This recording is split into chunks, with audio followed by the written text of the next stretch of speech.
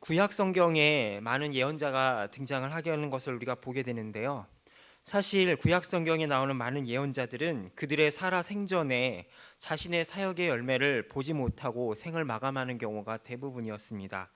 예를 들어서 이사야 같은 예언자는 유다 왕 므낫세 왕 때 잡혀서 톱으로 켜서 죽임을 당했다고 전해지는가 하면, 에스겔 역시 포로 신세가 되어서 고난 가운데 하나님의 말씀을 전하는 임무를 맡게 되었음을 보게 됩니다.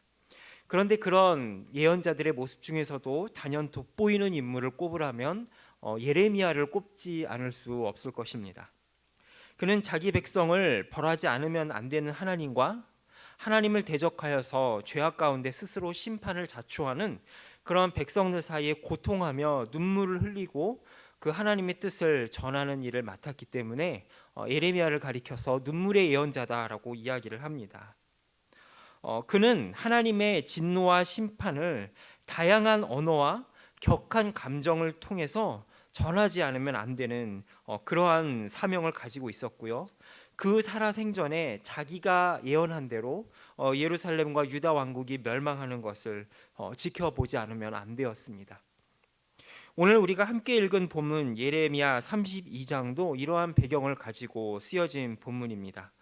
예레미야 32장 초반을 보게 되면 예레미야가 남유다의 마지막 왕이었던 시드기야 왕 때에 시위대 뜰에 갇히게 되었다라고 기록을 합니다. 그는 왜 감옥에 갇히게 되었을까요? 바로 예루살렘 성이 곧 안 있어 멸망할 테니 너희들은 어서 빨리 항복하라라고 백성들과 왕 앞에 예언을 하였기 때문입니다. 이때 당시에 남유다 왕국은 이미 여러 차례의 바벨론과 외세의 공격으로 인하여서 허수아비 신세가 된 지 오래였습니다. 요시야 왕이 죽은 이후로 바벨론 느부갓네살의 꼭두각시 왕들이 교체되다가 마지막으로 세워진 왕이 바로 시드기야 왕이었던 것입니다. 이런 상황에서 시드기야 왕은 처음에는 자신을 왕으로 세운 이 바벨론의 신하 역할을 잘 하다가 바벨론과 애굽 사이에 전쟁이 벌어지면서 전황이 애굽 쪽으로 기울어질 것 같으니까 바로 애굽 쪽으로 붙어 버리게 되죠. 이런 비슷한 일을 우리나라 역사에서도 보게 되는데요. 마치 우리나라의 구한말에 고종 임금이 러시아에 줄을 대서 러시아의 힘을 빌어서 우리나라를 좀 살리려고 아관 파천을 하게 되죠. 러시아 공사관의 몸을 피하는 아관 파천을 하게 됩니다. 그러다가 어떤 일이 벌어지게 됩니까? 러일 전쟁이 벌어지게 되죠. 러시아와 일본 해군이 스시마 앞바다에서 맞붙었게 돼서 어떤 일이 벌어집니까? 러시아가 대패하게 됩니다. 이 러시아가 어찌나 이 패전의 충격이 컸는지 러시아 제국이 무너지고 소비에트 연방, 소련 혁명이 일어나가지고 소련이 세워지게 되죠. 그리고 대한제국은 일본 제국의 식민지로 갈아타게 되는 급행열차를 타는 그런 역사를 우리가 보게 되는데, 똑같은 일이 바로 이 시드기야 왕 때에 벌어지고 있었던 것입니다. 일찍이 예레미야는 시드기야 왕과 백성들에게 외쳤습니다. 너희는 이미 끝났다. 하나님께서 유다와 가나안 땅을 갈대아 사람 바벨론 제국에게 넘기셨으니 너희는 지금이라도 순순히 항복하는 길만이 사는 길이다라고 외쳤습니다. 그러면서 나오는 예레미야의 유명한 예언인 중에 하나가 바로 너희는 이 예루살렘 성전이 여호와의 성전이라 하는 거짓말을 믿지 말라라는 그런 외침과 선언이 나오게 되죠. 이런 예레미야의 외침과 예언은 당시 유대 백성들에게는 충격적일 수밖에 없었습니다. 단순히 우리가 무슨 신앙적인 관점이 아니라 사회적인 일반적인 관점에서 봐도 나라가 망할 테니 얼른 나라를 접고 외세에 항복하라라고 하는 예언은 받아들일 수가 없는 예언일 것입니다. 이렇게 왕과 지도층 입장에서 봤을 때 이 예레미야는 그렇지 않아도 불안한 사회를 더 불안하게 만드는 사회에 불온 범죄자와 같은 자였기 때문에 잡아가두지 않을 수 없었던 것이죠.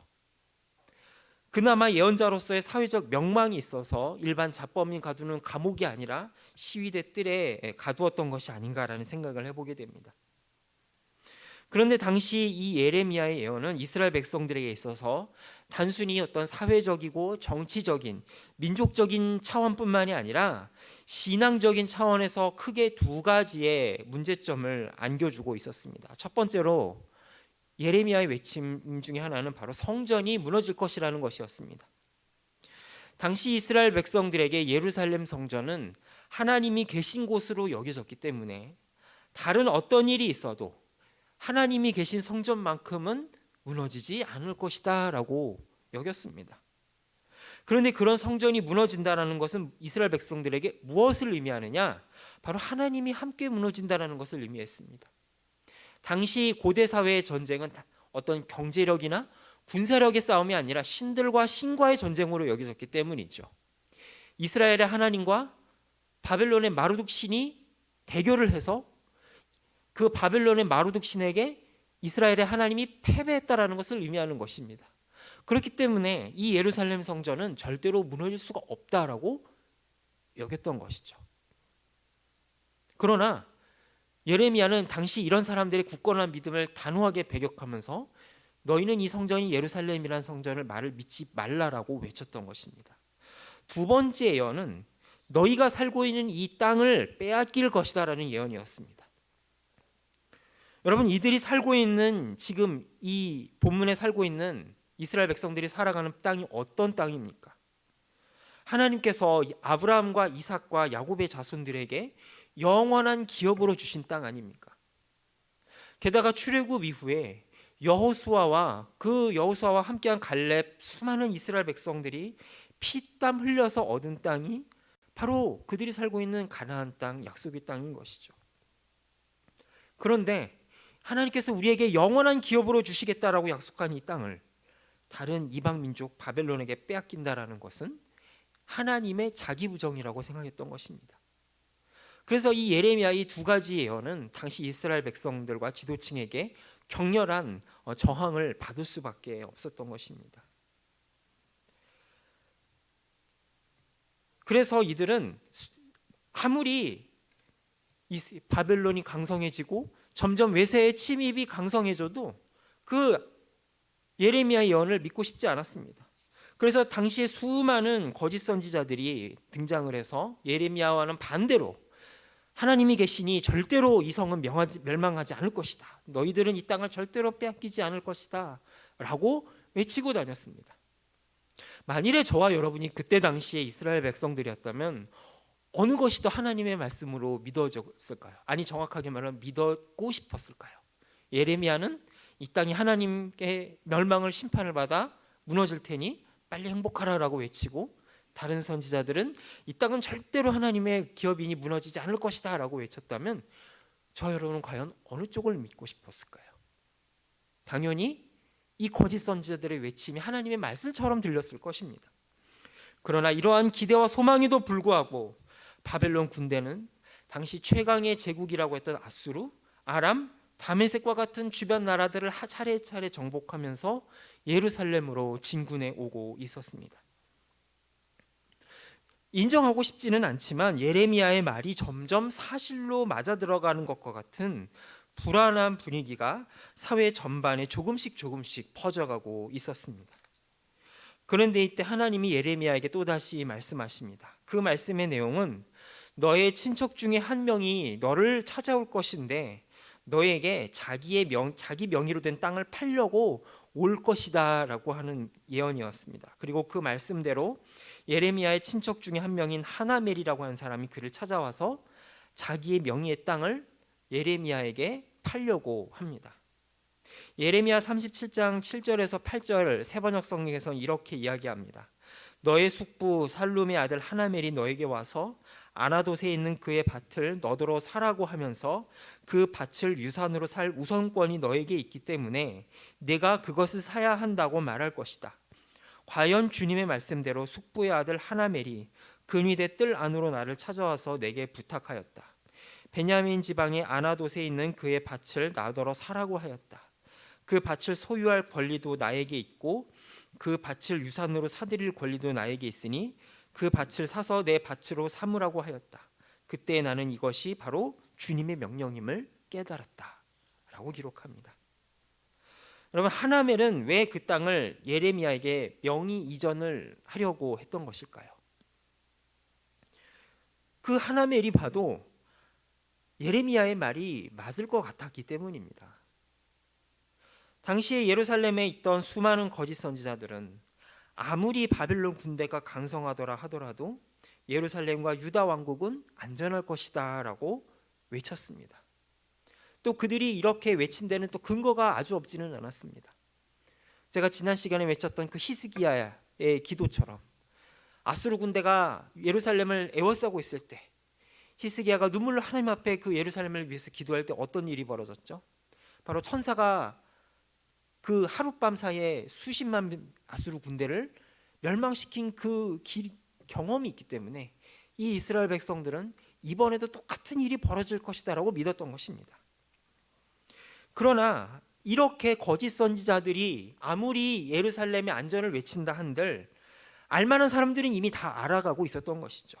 하나멜 자기가 봐도 예레미야의 말처럼 유다 왕국은 얼마 안 있어서 망할 것 같은 겁니다. 그러니 어떻게 해야 되겠습니까? 빨리 자기 명의로 된 땅 문서가 휴지 조각이 되기 전에 어떻게 해야 될까요? 현금으로 만들어야 되겠죠. 살 사람에게 빨리 그것을 넘기고 현금을 챙기는 편이 나은 겁니다.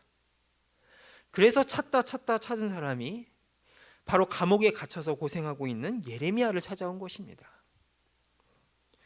참 명색이 가까운 친지라는 사람이 감옥에 있는 사람을 찾아갈 때 영치금이라도 넣어주고 또 위로를 해주면서 격려하고 또 하나님의 뜻이 무엇인지 진지하게 좀 토론한다든지 이렇게 하지는 못할 망정 자기의 명예의 밭을 사라고 찾아오는 이 모습을 어떻게 보아야 될까요? 예언자의 길이 정말로 외롭고 힘들었지 않았나라는 생각을 하지 않을 수 없게 됩니다. 저와 여러분이 만일에 예레미야의 입장이라면 얼마나 기가 막힐까요? 여러분, 예레미야가 심판을 외친 목적이 어떤 부동산을 예측해서 그 수익을 실현하라고 바빌론 심판을 외친 것일까요? 아니면 요새 흔히 말하는 소위 잘 나가는 주식의 종목을 알려줄 테니 얼른 사라고 외치는 그 전화는 주식 리딩방 방장을 하려고 바빌론의 심판을 외쳤던 것일까요? 어떻게 찾아올 사람이 없어서 예레미야를 찾아와서 그 땅을 사라고 얘기할 수 있을까요? 이 친척은 이겁니다. 너가 망한다고 얘기했으니 네가 사라라고 한 겁니다. 그런데 놀랍게도 주님은 그 땅을 돈을 주고 사라라고 말씀하십니다. 그래서 예레미야 32장 14, 15절을 보면 하나님은 증인들이 보는 앞에서 예레미야로 하여금 그 땅을 사고 증서를 교환해서 잘 보존하라고 명령까지 하시게 됩니다. 오늘 우리가 함께 읽은 이 예레미야의 기도는 이렇게 기가 막힌 상황에서 예레미야가 하나님께 올려드린 기도입니다. 그는 17절에서 이렇게 기도합니다. 슬프도소이다 주 여호와여, 주께서 큰 능력과 표심팔로 천지를 지으셨사오니 주에게는 할 수 없는 일이 없으시니이다 라고 기도를 시작을 합니다. 그는 하나님의 전능하심을 찬양하고 노래하는데 그런 하나님의 전능하심과 하나님의 영광, 뛰어나심이 기쁨이나 감격이 아니라 슬프도소이다, 슬픔으로 다가온다라고 노래하고 있습니다. 왜 그런 것일까요? 하나님의 전능하심, 하나님의 무소부재하심, 하나님의 영광과 능력이 은혜와 긍휼과 따스함으로 나타나는 것이 아니라 무서운 심판과 징계로 다가올 것이기 때문입니다. 앞서 이야기했지만 이스라엘은 이 예루살렘에 성전이 있고 이 땅은 우리 조상들에게 주신 하나님의 선물이기에 절대로 망하지도 않고 우리는 이 땅에서 쫓겨나지도 않을 것이다 라고 여겼습니다. 그러나 그들이 망하고 쫓겨나는 이유는 하나님이 무능해서도 아니고 하나님이 아브라함에게 하신 약속을 지킬 힘이 없어서도 아니었습니다. 그들이 망한 이유는 그들이 하나님과 맺은 언약을 신실하게 지킬 수 없었기 때문입니다. 이러한 이스라엘의 죄악을 23절에서 이렇게 이야기합니다. 그들이 들어가서 이를 차지하였거늘 주의 목소리를 순종하지 아니하며 주의 율법에서 행하지 아니하며 무릇 주께서 행하라 명령하신 일을 행하지 아니하였으므로 주께서 이 모든 재앙을 그들에게 내리셨나이다라고 고백하고 있습니다. 우리의 불성실함과 죄악과 신실하지 못함이 하나님의 전능하심을 은혜와 긍휼과 따스함에서 파멸과 진노로 바꾸어 버렸다고 그는 노래하고 고백하고 있습니다. 결국에 바벨론 군대는 이 예루살렘으로 쳐들어와서 모든 것을 황폐화시키고 무너뜨리고 말 것입니다. 그런데 하나님은 어째서 휴지 조각으로 변해버릴 이 땅의 땅 문서를 다른 사람도 아닌 하나님이 저에게 보여주시고서 어떻게 저보고 사라고 하십니까? 도대체 하나님은 저를 통해서 무슨 일을 하기를 원하십니까? 이게 바로 오늘 본문에 나온 예레미야의 기도인 것입니다. 어쩌면 이것은 기도라기보다는 절규요, 이해할 수 없는 하나님의 말씀에 대한 반항이고 몸부림이라는 사실을 우리는 보게 됩니다. 저와 여러분이 만일 하나님으로부터 이런 부도수표를 사라고 명령을 받았다면 그대로 순종할 사람이 누가 있을까요? 이 이스라엘 이 멸망할 것이라는 사실을 예레미야한테 보여주고서 그 예레미야한테 그 멸망할 땅의 부도수표를 받으라고 명령하시는 그 하나님은 도대체 어떤 계획을 가지고 계셨던 걸까요? 예레미야는 왜 이런 기도를 올릴 수밖에 없었으며 울부짖을 수밖에 없었을까요? 휴지 조각이 돼버릴 땅 문서를 하나님이 강제로 사라 그래서 돈이 아까워서 그랬던 것일까요? 그가 하나님께 부르짖고 절규한 이유는 단순히 돈이 아까워서가 아닙니다. 바벨론의 침략과 함께 망하게 될 유다의 절망적인 운명 때문입니다. 그리고 머지않아 휴지 조각이 되어버릴 그 땅 문서와 함께 자신의 가치도, 자신의 예언도, 자신의 사역도 모든 것이 휴지 조각으로 변해버릴 것 같은 그런 자괴감이 예언자에게 들지 않았을까요? 그런데 이런 절망의 순간에 하나님의 말씀이 다시 한번 그에게 임하게 됩니다. 하나님은 그에게 말씀하십니다. 그래, 너의 말이 맞다.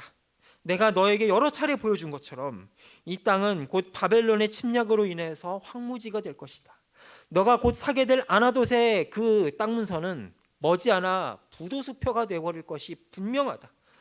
특별히 35절의 말씀에서 주님은 왜 그들이 멸망할 수밖에 없는 이유를 말씀하시는데, 흰놈의 아들의 골짜기에 바알의 산당을 건축하였으며 자기들의 아들들과 딸들을 몰래 앞으로 지나가게 하였느니라.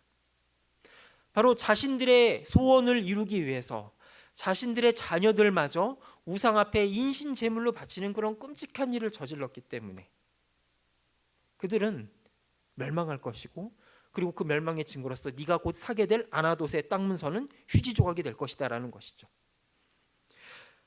아니, 어쩌면 바벨론이 침략하기 이전부터 하나님의 눈에 이미 그 땅은 부도수표가 되어버렸던 것입니다.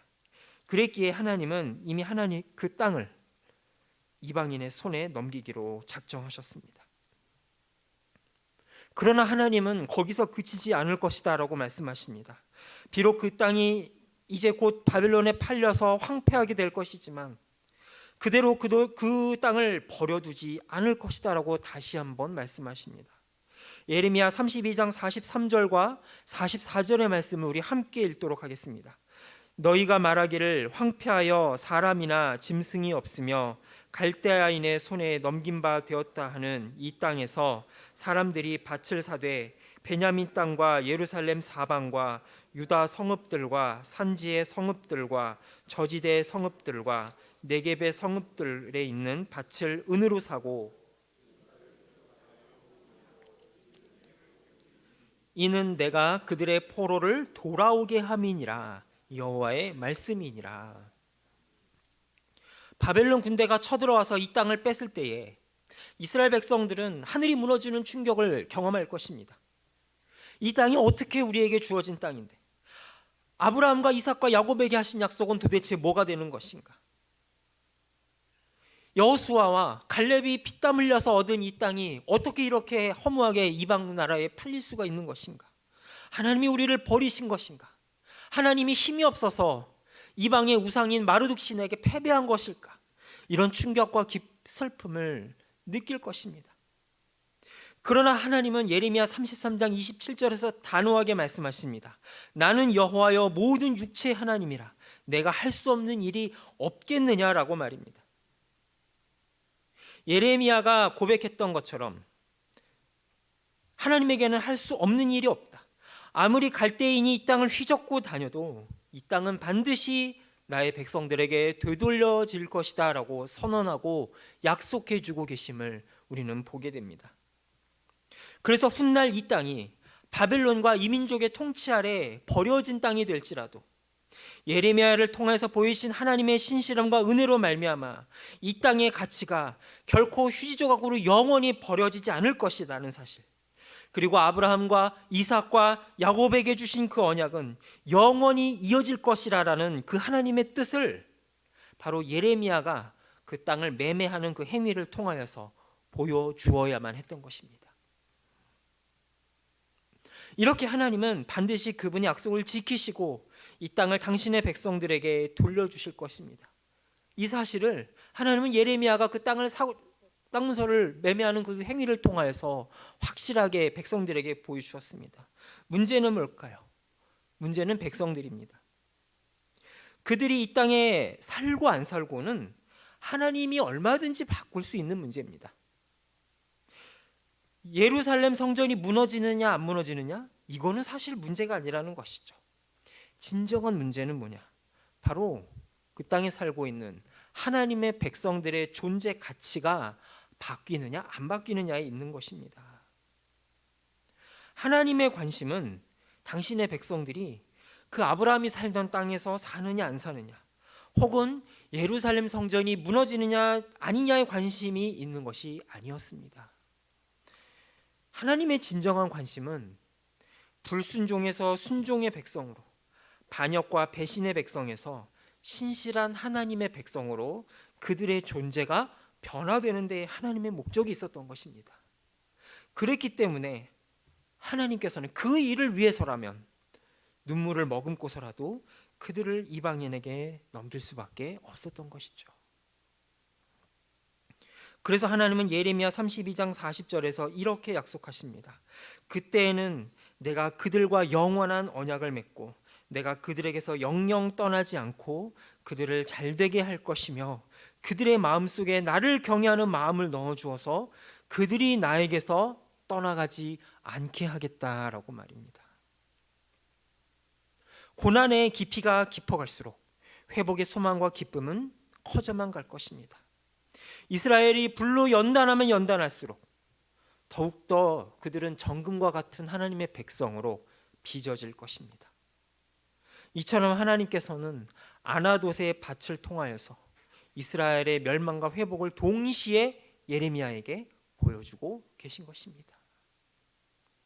그럼 여기서 한 가지의 의문이 더 들게 됩니다. 이렇게 고난과 회복을 함께 주실 거면 애초부터 멸망을 시키지를 말지, 왜 하나님은 이렇게 고난을 주셨다가 회복을 시켰다 힘든 과정을 일부러 거치게 하시는 걸까요? 어차피 그 땅은 하나님께서 아브라함에게 약속하셨던 것처럼 이스라엘 백성들에게 다시 주어질 것입니다. 그런데 왜 하나님은 이렇게 고난과 회복이라고 하는 이런 사이클을 타게 하시는 걸까요? 우리는 누구나 사실 고난을 피하고 싶어하지 일부러 고생길 가고 싶어하는 사람은 아무도 없습니다. 그래서 우리가 생각하는 신앙의 최고의 모범 답안은 무엇인가요? 애초부터 매맞을 일 하지 않는 것, 그래서 매맞지 않고 스무스하게 가는 것, 그것이 우리가 생각하는 형통, 우리가 생각하는 신앙의 가장 모범 답안 아닌가요? 애초에 매맞을 일 하지 않아서 가만히 있어서 하나님으로부터 꾸중받을 일 없으면 그것이 우리의 신앙의 가장 최고봉이라고 생각할지도 모르겠습니다. 그런데 하나님은 우리를 그렇게 두지 않으신다라는 겁니다. 왜 그런 걸까요? 그렇게 내버려 두기에는 우리를 향한 하나님의 기대와 수준이 너무 크기 때문입니다. 이제 갓 초등학교를 입학한 아이에게 여러분 기대할 것이 있습니까? 기대할 것이 사실 별로 없습니다. 그렇기 때문에 초등학교 1학년 간 친구에게 책임을 물을 일도, 크게 야단을 칠 일도 없죠. 그러나 여러분, 잘하면 잘할수록 어떻게 됩니까? 실력이 붙고 아는 게 많아지고 경험이 쌓이면서 그에 대한 책임과 요구하는 바가 많아지게 되고, 또 반대로 책임을 묻는 강도도 세지게 되는 것이죠. 하나님은 우리가 초등학교 1학년에 머물러 있지를 않기 원하신다라는 겁니다. 하나님이 원하시는 수준으로 자라가기 하기 위해서 하나님은 우리를 계속해서 몰아붙이시는 것입니다. 그리고 그 과정 속에 때로는 바벨론을 끌려가는 아픔도 겪게 되는 것이죠. 그러나 그 아픔이 없이는 이스라엘 백성들이 잘할 수가 없기 때문에, 책임을 묻지 않으면 권리도 없고 잘할 수가 없기 때문에 하나님께서는 그런 성장의 과정으로 이스라엘 백성들을 몰아가신다라고 하는 것입니다. 이렇게 우리가 겪는 좌절과 한숨, 절망을 넘어서 하나님은 우리를 향한 하나님의 간섭하심이 얼마나 크고 깊은가를 우리들에게 보여주십니다. 아무 일 없이 야단 안 맞고 곱게 크는 엄친아가 아니라 하나님의 수준에 걸맞는 자녀로 자라나는 것이 우선이기 때문에 때로는 하나님은 바벨론도 쓰시고 아수르와 같은 그런 방법도 쓰시는 것입니다. 그러나 그 모든 재앙과 아픔이 우리를 무너뜨리는 것이 아니라 오히려 하나님의 자녀다운 자녀로, 하나님의 백성다운 백성으로 당신의 백성을 만들고야 말 것이기 때문에 이 예레미야는 절망적인 상황이 뻔히 보임에도 불구하고 아나돗의 밭을 샀던 것이죠. 마태복음 13장을 보게 되면 예수님은 하나님의 나라를 밭에 숨겨진 보화로 말씀하십니다. 아무것도 없는 황량한 밭 속에 숨겨진 보화를 발견한 사람이 자기의 모든 것을 걸고 그 밭을 샀을 때 어느 누가 그 밭에 보화가 숨겨졌다라고 생각할 수 있을까요? 겉으로 볼 때는 아무것도 없는 들판이지만 그 들판에 보화가 숨겨짐으로 인하여서 그 밭의 가치가 달라지는 것처럼 예레미야는 비록 바벨론 침략으로 황폐하게 될 땅이지만 주께서 그 땅을 회복시켜 주실 것이라는 약속이라고 하는 그 놀라운 보화가 그 땅에 남아있기에 그 아나돗의 밭을 샀던 것입니다. 오늘 우리가 소망으로 바라봐야 될 아나돗의 밭은 어디입니까? 날마다 나이가 들어가며 시들어가는 나의 겉모습과 날이 갈수록 살기 어려지는 이 세상을 보면은 마치 바벨론의 침략을 앞둔 예루살렘과 아나돗의 밭과 같습니다. 그러나 그 버려진 땅이 전부가 아니라 주께서 그 버려진 땅 가운데 십자가에 매달려 영생의 피를 흘리셨기에 주께서는 반드시 우리를 회복시켜 주실 것입니다. 주께서 값주고 사신 피값으로 오늘 우리들을 회복시켜 줄 것을 믿음으로 바라볼 수 있기에 오늘 우리는 아나돗의 밭을 살 수 있음을 믿음으로 바라볼 수 있기를 소망합니다. 이 시간 함께 기도하겠습니다. 밭에 숨겨둔 보화를 발견한 사람이 그 밭을 다 사는 것처럼 주님이 우리에게 주신 모든 것은 바로 아나돗의 밭임을 믿음으로 바라볼 수 있게 하여 주시옵소서. 그리하여 예레미야가 믿음으로 그 밭을 산 것처럼 오늘 하나님의 약속을 나의 것으로 삼는 은혜를 더하여달라고 이 시간 함께 합심하여 기도하겠습니다. 아버지 하나님, 이 시간 주님의 언약을 바라보며 하나님 앞에 나아갑니다. 아버지 하나님, 예레미야가 믿음으로 그 밭을 샀던 것처럼 오늘 우리도 인생의 아나돗의 밭 가운데 하나님의 약속을 믿음으로 살 수 있는 은혜를 더하여 주시옵소서. 아버지 하나님, 그 믿음으로 아버지 예레미야가 절망적인 상황이 눈앞에 뻔히 벌쳐질 것을 알면서도 하나님 앞에 믿음으로 나아갔던 것처럼 하나님, 오늘 우리들도 주께서 이루실 일들을 기대함으로 주께서 우리를 위해서 피 흘려 죽으신 그 땅 가운데 오늘도 성실하게 아버지 하늘의 미랄을 심고 아버지 그 땅을 우리의 것으로 삼는, 아니 하나님의 약속을 우리의 것으로 삼는 믿음의 전진을 계속해 나아갈 수 있도록 선지자로 살아갈 수 있도록 주님 이 시간 도와주시옵소서. 하나님 아버지, 예루살렘이 곧 멸망할 것임을 알면서도 아나돗의 밭을 믿음으로 샀던 것처럼 우리도 믿음으로 주께서 우리에게 주신 세상이라고 하는 아나돗의 밭을 살 수 있는 믿음을 더하여 주옵소서. 그리하여 하나님께서 역사하실 믿음의 역전을 기대하며 장차 다가올 승리를 온전히 누리며 시대를 앞서 이끌어가는 예레미야 같은 선지자로 이 땅에서 살아가게 하여 주옵소서. 예수님의 이름으로 기도합니다. 아멘.